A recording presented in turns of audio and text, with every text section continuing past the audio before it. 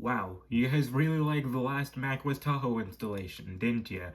So today, we're doing it again with the newest macOS Tahoe 26.4, but we're not just installing it on one of the slowest Macs supported by macOS Tahoe, we're installing it on two. Yes, that is a MacBook Neo. The MacBook Neo I'm testing for the main channel and reviewing.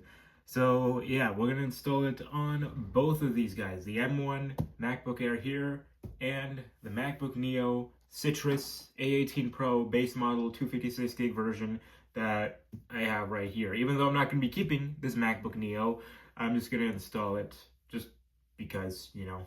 So let's go ahead and do this, and while I'm here, let me go ahead and give you guys a little update on my experience with macOS Tahoe on the M1 MacBook Air and the experience on the MacBook Neo. First, let me enter in my password, which you guys can't see. Damn, I should have probably started the update on both of these to at the same time to see which one will finish first. Password on this guy is just 1234. It doesn't matter. It's gonna be returned in like a week and a half. So yeah, but anyway, let me go ahead and tell you a little bit of the experience of macOS Tahoe and the M1 MacBook Air, even though I haven't been using it as much lately since I got the Neo, or at least I'm testing out the Neo. I'm just gonna give you a little bit of my thoughts on Tahoe after about a month and a half of using it on this guy. And I can very much say that macOS Tahoe freaking sucks. It sucks. It's unexcusably buggy. 26.3, 26.3.1, they've been inexcusably buggy on the MacBook Air here. And since a lot of people did see that last macOS Tahoe installation with 26.3, a lot of people even chimed in saying that their new MacBook Pros M3, M4, M5, they suck on macOS Tahoe as well. So it's not just a M1 thing. This is a Mac-wide thing. So yeah, a lot of people are hating Tahoe, and I can understand it. It's very frustrating, the bugs that are happening here. But surprisingly enough, I think it's just because this is an upgrade that I'm doing, rather than, you know, like a fresh install, because when I've been trying out Tahoe here on the MacBook Neo, it's been pretty good. Not gonna lie, it's been pretty good. Like, there's not too many bugs, there's not too many pitching, things like that, especially considering this is the A18 Pro chip, which is technically faster than the M1 they have on the Air here, but because of the other limitations of the Neo, like the slower memory bandwidth, the slower SSDs, all that stuff, yeah, it's sometimes chugs when you throw more stuff at it. But the Neo has been handling Tahoe pretty well, if I'm being honest. Like, it's not too bad. And a case in point, look at the time remaining here. 4 minutes remaining on the MacBook Neo. This thing started later than the M1 MacBook Air. The M1 MacBook Air, 23 minutes remaining on that guy. So I think judging by that, 4 minutes on now on the Neo. I think judging just by the estimated time, we can tell which one's gonna finish first. I think it's just because there's a lot more stuff loaded on this M1 Air, since this is my main machine and will continue to be my main machine after I return this guy. I'll give you a quick summary of my thoughts on the Neo. It's a very good machine for its price. It's just not the machine for me. The trackpad is kind of frustrating, not gonna lie. Just a mechanical click is just very sensitive and very just loud. Like, that's the mechanical click on the Neo. This is the force touch click on the Air. That I just very much prefer force touch trackpad. The screen on this thing is kinda bad, not gonna lie. The viewing angles are pretty bad. The sRGB, again, most people probably won't care. It's still a Retina quality display, and that's good enough. And it's also brighter than the M1 Air. I can do a little comparison here. But yeah, the Neo is definitely a lot brighter than the M1 Air, since this is obviously 500 nits compared to 400 nits. So yeah, the Neo is so bright, it's overexposing on the iPhone camera. But yeah, so Neo display is overall, in my opinion, a bit of a downgrade compared to the M1 Air, but it's still a pretty decent display for what most people need a system for. And on top of that, the A18 Pro chip in the Neo performs pretty decently. I edited in Final Cut Pro. I'm going to edit this video that you're watching right now on the Neo in Final Cut Pro. And it's been performing pretty decently. Once you start pushing it and it goes over the 8 gigs of RAM and it goes into swap memory, since the SSD is slower on this guy. Yeah, swap memory is not that good on the Neo, but it is what it is. The memory bandwidth can't really tell a big difference. This is 60 gigs a second. This is 68 gigs a second on the M1. So yeah, not too different there. Actually, I wonder, can I do universal control here? If I do, actually, yeah, it shows it right there, but it's on the other side. Let me rearrange it. So now, when I go here, yep, the cursor from the M1 is now on the Neo. There you go, that's your force touch trackpad. Actually, I wonder, even though this thing doesn't have a force touch trackpad, can I still do the force click gesture? Let me force click on that. Oh wait, actually no, it doesn't work. Yeah, that just opens up the folder. It doesn't actually do the folder. Meanwhile, if I go over here and do the force click gesture, it gives a quick preview. Obviously, you can do that with the space bar. You don't need to do it with the force click, but that's an option. So this is already preparing the update. This is still downloading the update. So this is going by super fast on the Neo. 5 minutes remaining on the Neo compared to still downloading 2 gigs out of 7 gigs on the Air. So yeah, I mean, to be fair, this is running 26.3.2 since this update is exclusive to the Neo. This is running 26.3.1. Both the A builds, the ones that are the background security improvement. So yeah. So progress bar on the Neo is almost done here. So again, you probably know it's going to finish first. Okay, to be fair though, this guy is charging and it's also on lower battery. I believe I started the update when it was at 11% battery, so maybe that's playing into the fact that it's being a bit slower here. Alright, I'm going to cut this right here and I'm going to come back once one of these is done. But judging by how fast it's going, pretty sure it's going to be the Neo. Alright, see you in a second. Okay, I'm back here because now both of them are at the exact same stage in updating, preparing about 5 minutes remaining. Yeah, it's interesting. So this guy has been on here on the preparing update stage for way more than 5 minutes. This guy just hit it literally seconds ago. So it is likely that this one will still finish beforehand. But not all hope is lost for the M1 MacBook Air here. Who will win? Place your bets right now. You don't have much time, so place your bets right now in the comments. Which one do you think will win?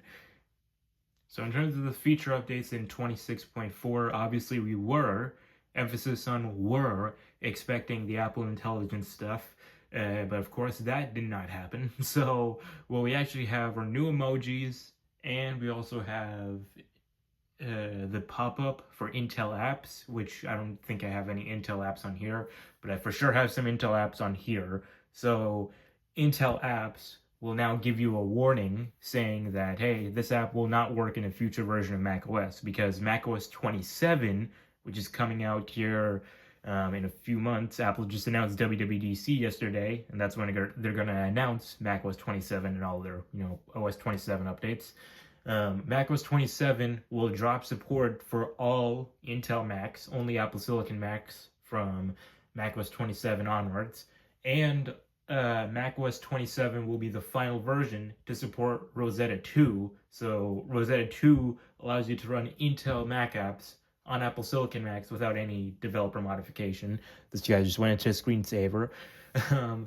And so that macOS 27 will be the final version to support that. And so in macOS 28, which comes out next year, that will drop support for Rosetta 2. So your app has to be compiled for Apple Silicon They're retaining some support for Rosetta 2 for things like the Linux VMs and also for games, some frameworks for games that haven't been updated yet. But for the most part, if you download an app and it's not updated for macOS 28, or if it's an Intel app and it's not updated to run on Apple Silicon, and you're running macOS 28, will not run at all. So yeah, but as I explained in my recent video on the main channel, showcasing macOS, or not just macOS, but like many virtual machines on the MacBook Neo, you can run virtual machines going as far back as macOS Monterey on the MacBook Neo. So even when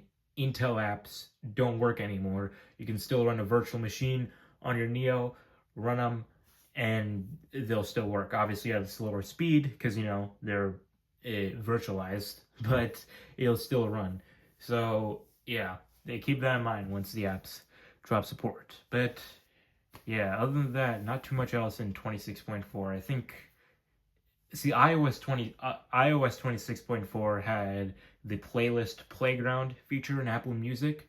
I don't think the Mac gets that, so I don't know what else changed in 26.4 if I'm being honest. So yeah, hopefully 26.5 will be bigger with those Apple Intelligence features that'll surely come, right? Right? Yeah.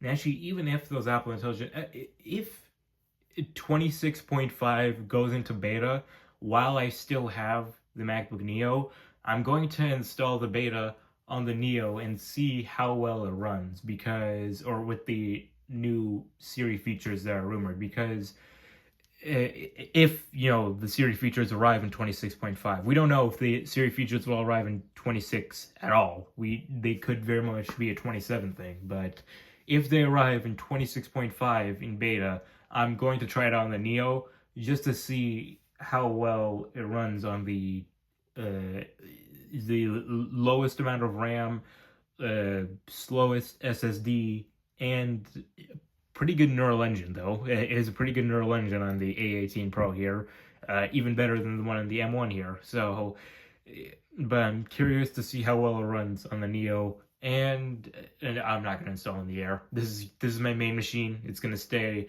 on 26.4 until 26.5, you know, comes out to the public. But for now, if 26.5 comes out while I still have the MacBook Neo, I'm going to install it on the Neo and see how well it runs, how well the Siri features run, if the Siri features are present on 26.5. So we'll have to see. Anyway, it's been well more than 5 minutes for both of these machines, and they're still at about 5 minutes remaining. So, yikes. I think I'm gonna time lapse this. Let's see how well that goes.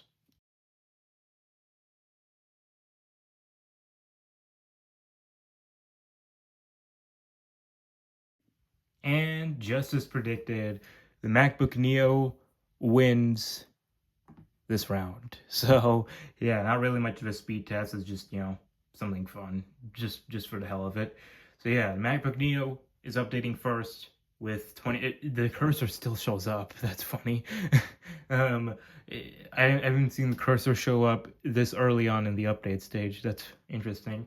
But yeah, the Neo is updating first, and now the M1 Air, even though I clicked the update button first on it, it's still doing its thing here. Still at about 5 minutes remaining. So yeah, well, yeah, I'll see.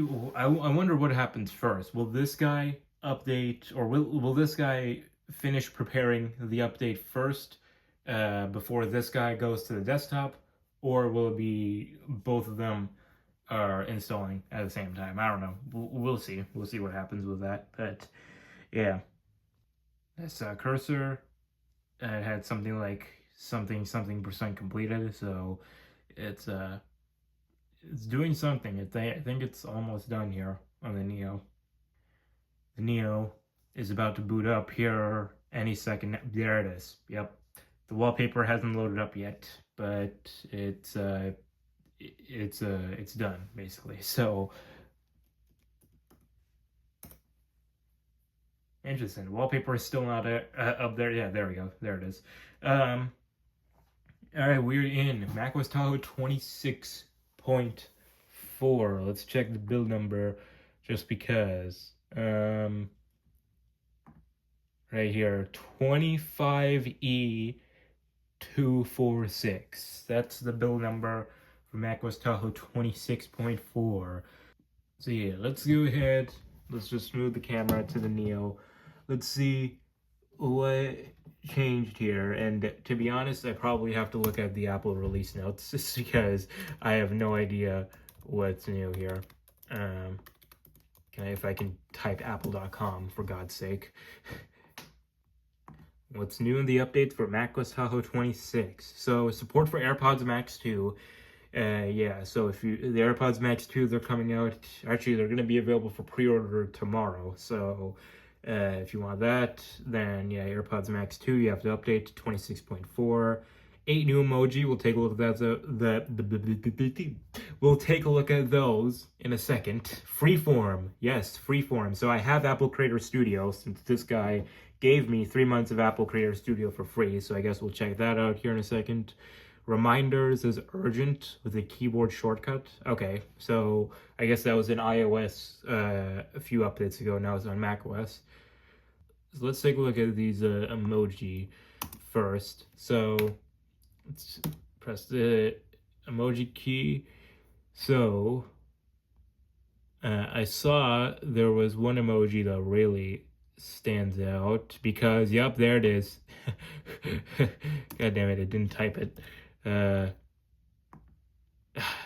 guess I just have to, do it the proper way, going to an app like text edit, and then, so yes, where is it?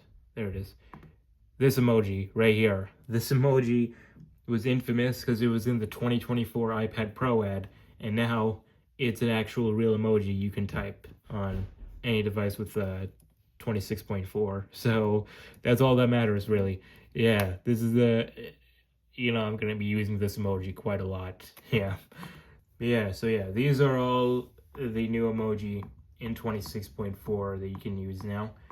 This is on all the 26.4 updates. So yeah, you have that. Let's take a look at Freeform. I accidentally touched the screen, so I'm gonna have to clean that later. Oh, finally, the M1 MacBook Air is ready to update here. Yeah, as we're playing around with the Neo on 26.4, the M1 Air finally decides to do its thing. And can I just say though, the P3 color gamut on the M1 MacBook Air is so noticeable compared to the no P3 on this Neo. Like, the P3 color and the black levels on the M1 Air display is so much better than Neo. It's obviously not comparable to like the MacBook Pro with its mini LED display, but compared to the Neo and its black levels, M1 Air, it just has a significantly better display. Even though it's lower brightness and it doesn't have the rounded corners, the P3 color just makes it so much better. So yeah, we're in Freeform. Is that a 15-inch Mac? I almost thought for a second that was a MacBook Pro 16-inch from a few years ago, but now that's a 15-inch MacBook Air. Here we are, Freeform. I should have probably looked at the changelog there so that I know what's new, but I'm pretty sure if I just put a shape there, I'm pretty sure generate image. So yeah, we can make an image, or we can generate an image. Content hub. Oh, whoa, whoops, hang on. Freeform would like to know your age range, 13 or older, share age range. So yeah, we can generate an image. I assume this is using ChatGPT, so you can do that if you want to. I'm not going to do that. Browse Content Hub. So we have, this is like Adobe stock photos built right into Freeform, and I believe it's also built into Keynote, Numbers, Pages, all the iWork apps. For some reason, though, it's not built into Final Cut Pro, even though it would make sense for it to be built into Final Cut Pro. Like, I don't know. It's interesting it's not built into Final Cut Pro. I think it would have been cool if it was built into Final Cut Pro. Anyway, so we have Gradient, and it's also not built into Pixelmator Pro as well, which I feel like that would be like the prime app to put these stock photos into. So it's interesting. But I believe if you copy and paste one of these photos into a non-Creator Studio app, then it'll put like a watermark onto it. So here in a note, yeah, it puts a watermark on it, an Apple Creator Studio watermark. So yeah, we have the new Creator Studio Freeform with the Content Hub. But yeah, these are the only two features that are in Creator Studio Freeform. It's just the Content Hub and image creation. Two features I feel like, well, the Content Hub makes sense why that's behind a paywall, but the image creation, like, I feel like that could just be integrated. I mean, technically, you also have Image Playgrounds. Image Playground sucks, but it's a thing. And plus, the Image Playground just got support for ChatGPT styles. So, like, it's this is just a different button for it. It feels like that was already built into Freeform. And yeah, and then so really the only new feature is the Content Hub and the new icon, which the new icon, to be honest, all the new Creator Studio icons are just kind of bland and boring. So, and support for AirPods Max 2, those are not even out yet, and even if they are out, then I wouldn't want them because they're too expensive. So, the M1 Air finished, and the same thing happened that happened with the Neo. The wallpaper does not show up for like the first few seconds. All right, since this password's actually important to me, let me go ahead and enter it in without you looking. Do you see the wallpaper glitching out here? Like, it's freezing, and it's speeding up and catching up. Now it's actually going normal. There we go. Now it's working here. Learn how to use your iPhone from your Mac. Thank you for that, lads. Anyway, 26.4 is loaded up on here. So now we can do the same thing as the Neo, and we can look at the new emoji, which are right here. And it's not going to show up in Spotlight anyway, so what does it matter? And I believe if I go into Spotlight, or the app library, I mean, yep, that's the new Freeform. So does it say anything else here? So image creation, premium content, Apple creativity apps. That's literally just the feature selection is bleak when one of the highlight features is just that it's part of a suite of other apps that they have in this library. So yeah. So let's actually do. So if I go ahead and let me look at the M1 Air here first. So one app that I use pretty, I wouldn't say pretty often, but like fairly, I use this app from time to time. It's Sideloadly, and they don't have a Apple Silicon version yet. So if I open up Sideloadly, let's see, pay attention to the top right corner here. It's gonna give me a notification once Sideloadly loads up here. It just updated, so it's probably indexing some files and all that chiz. Oh, interesting. It didn't show the notification there. If I go Command I, yep, application Intel. It says application Intel. Actually, I have the zoom on this machine set up, so yeah, application Intel. But yeah, it didn't show the Intel notification. That's interesting. Gave two notifications here, but neither of them are the ones that we were looking for. One of them was from system settings, but the other one, it's not the one that we were looking for. That's interesting. I don't know why the notification's not popping up here. I'll put the photo here of what it looked like in the VM, but like it basically tells you like, hey, this app has not been updated. It will not run on future macOS. Update to Apple Silicon version or something. Ooh, charge limit. I didn't even notice that. I didn't even know that was a feature. But if I go to battery, charge limit, so you can set a charge limit to how high your Mac should charge. This is a feature on the iPhone and the iPad, but I guess now it's on the Mac, so you can do that. Actually, I wonder. Let me check it on the M1 here because the M1 it is a feature on the M1. Hang on. um, on the iPhone and iPad, this feature is software locked to newer devices, but here you can set it on this 6-year-old M1 MacBook Air. You can set it there. That's interesting. So any other features? Oh, the compact bars. Yeah, that's the that makes sense. So to be honest, I've always just been the separate tab bar guy, even when the compact bars were in the system with Sequoia and older. But now I know so many people love the compact bars, and now they're back. So you can set the compact bars if you want to. Again, don't really care for them. You can see I was looking at Glitch's website earlier. But yeah, again, don't really care for the compact bars, but actually, it's not too bad, honestly. Now, like, yeah, with this thing right here, honestly, it's not bad. That's something I don't like here. That's probably why still not going to use the compact bars. Because before, with the compact bars on Sequoia and earlier, you could actually drag on the tab to drag the window around. But here, you can't do that. You have to like find a blank spot on your window. But yeah, you can't drag on the tab like you used to.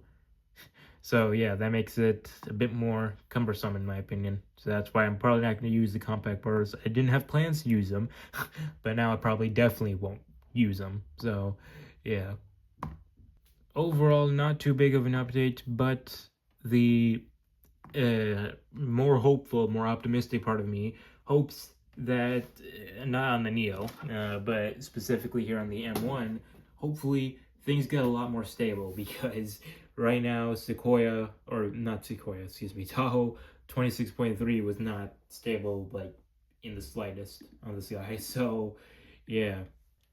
All right, both running 26.4 CPU test. Run CPU benchmark. Let's see what happens. Oh, yes, I forgot to mention that here. You may notice that I'm not using Safari anymore. I'm using Orion on the M1 MacBook Air because Safari kind of sucks on macOS Tahoe, not gonna lie. I might try Safari again because on the MacBook Neo, Safari's been running perfectly fine. Like, no problems whatsoever with Safari on the MacBook Neo. But on the M1 MacBook Air, like, Safari was running the worst, like terribly. So now that 26.4 has come out, and now that I've been trying out the Neo, and Safari has been running fine on the Neo, and these two are almost the same in terms of power. Maybe I'll try Safari again on the MacBook Air. We'll see what happens with that. Going to show the results. There we go. So score on the Neo. We have 3526 single core, 8611 multi core. So that's pretty solid. That's pretty solid. Surprised it shows that like exactly 8.00 gigs. So yeah, 3526 single core, 8611 multi core. Here on the M1 MacBook Air, we have 2383 single core. So this guy absolutely smokes this guy in terms of single core. I think that's, correct me if I'm wrong here, I think that's over like 50% faster, or like close to 50% faster. I think, if I'm doing my math correctly, like over 50% faster on the Neo. And multi-core is almost the same, if I'm being honest. 8557 multi-core, 8611 multi-core on the Neo. So, but yeah, single core is more important for most people than multi-core because this is this is the stat that matters for your basic tasks like web browsing, emails, all that stuff. But in terms of multi-core, these two perform pretty similarly. And judging by my experience, I can tell you that for a fact. these two perform pretty similarly. So in terms of multi-core, single core, maybe that's why Safari runs a lot better on the Neo compared to the M1 Air, because single core this guy is just about up there with like the M4 series Max. So yeah, maybe that's why Safari runs a lot better on here than on the M1. But I'm willing to try Safari again on the M1. So yeah. Okay, that's a little closer than I thought. So on the Neo, we have 31,204 for the metal score. On the M1, 32,149. So the M1 is just slightly faster. It seems a bit mixed. I've seen some results. Keep in mind, by the way, this is the binned M1 chip, the 7-core GPU. So this is the slowest M1 chip. Plus, combined with the fanless MacBook Air, this is the slowest M1 chip you could possibly get. I've seen so many mixed results. Some people are getting lower scores on the M1. And higher scores on the Neo, whereas this case the M1 was slightly higher than the Neo. So overall, I think just conclusively, these two perform very identically in terms of GPU and multi-core. Single core, this guy wins by a landslide. And obviously Neural Engine, this guy wins by a landslide as well. And in terms of RAM, both of these are pretty identical. It's only slightly slower memory bandwidth, 60 gigs instead of 68 gigs on the M1. In terms of SSD, though, the M1 wins. If you're talking about the M2, the base M2 MacBook Air with the 256 gig SSD, then this guy performs just about as well or bad, depending on how you look at it, as that machine. But if we're looking at the M1, it performs a lot faster than the M1. So, yeah, overall, these two machines perform very identically. I said that again, but like, these two are virtually identical in terms of performance. It's just like depends if you want a newer machine that lasts longer. There's no doubt in my mind this thing will last longer than this machine. This is the oldest MacBook Air supported by macOS Tahoe, and it will be the oldest supported Mac period with macOS 27. So like yeah, this guy has at most like probably just a few more years left of support, because it's getting up there in terms of age. It's almost 6 years old. I can't believe it's been almost 6 years since the M1 MacBook Air came out. But yeah, it's getting up there in terms of age. So that's why it's getting a little harder to recommend these guys. It was still being sold through Walmart, officially through Apple, or not officially through Apple, but like unofficially through Apple. Like Apple was selling it through Walmart until just a few weeks ago. When this guy came out, the Neo. So, like, maybe because of that, it'll last longer than we think. But overall, doesn't matter how long it will last. It'll definitely not last as long as this guy, the MacBook Neo. So, since, this is coming out just now, and it's using the same architecture as the M4 chips. So, when the M4 Macs get dropped, this guy will also get dropped. Overall, both of these machines are great. Both of these machines are really great. Neo, you can find this for $500 through Apple's education store, which I've purchased through that before. I purchased my iPad through that before, and they require no verification. So if you want something brand new that'll last very long, with a better webcam and a more pretty design, in my opinion, then this is your way to go. But if you want something cheap, like very cheap, these things are like $400 now, even less than that. Sometimes you can find them for $300. Then this guy is your way to go. Both these machines are great, honestly. Like at first I was originally siding with the Neo, but after playing around with the Neo, I've come to the conclusion that both of the machines are great. Just this one will last longer, this one's cheaper. So there's that. Those are my 2 cents. Anyway, what do you guys think about these two machines? What do you guys think about macOS Tahoe? Now that we're over 6 months into the macOS Tahoe cycle, and we're about to see macOS 27 here in 76 days exactly, until WWDC 2026. I'm really excited for macOS 27, and I can't wait for hopefully good Apple Intelligence features, and I can't wait to just cover it all for you here, or not here, but some of it I'll cover on this channel, but most of it's going to be on the main channel, so go subscribe there. But yeah, what do you guys think about these two machines? What do you guys think about macOS Tahoe? What do you guys think about 26.4? What do you guys think about all this stuff? Let me know in the comments. Thanks for watching. See you guys over on the main channel when I publish my full review along with a few other videos about this guy, the MacBook Neo. And yeah, see you guys then. Bye-bye. One last thing, since N was in the last video with 26.3, I feel like for 26.4 we should bring out someone a little bit more topical. Holy shit. Digital Circus fans will understand that reference.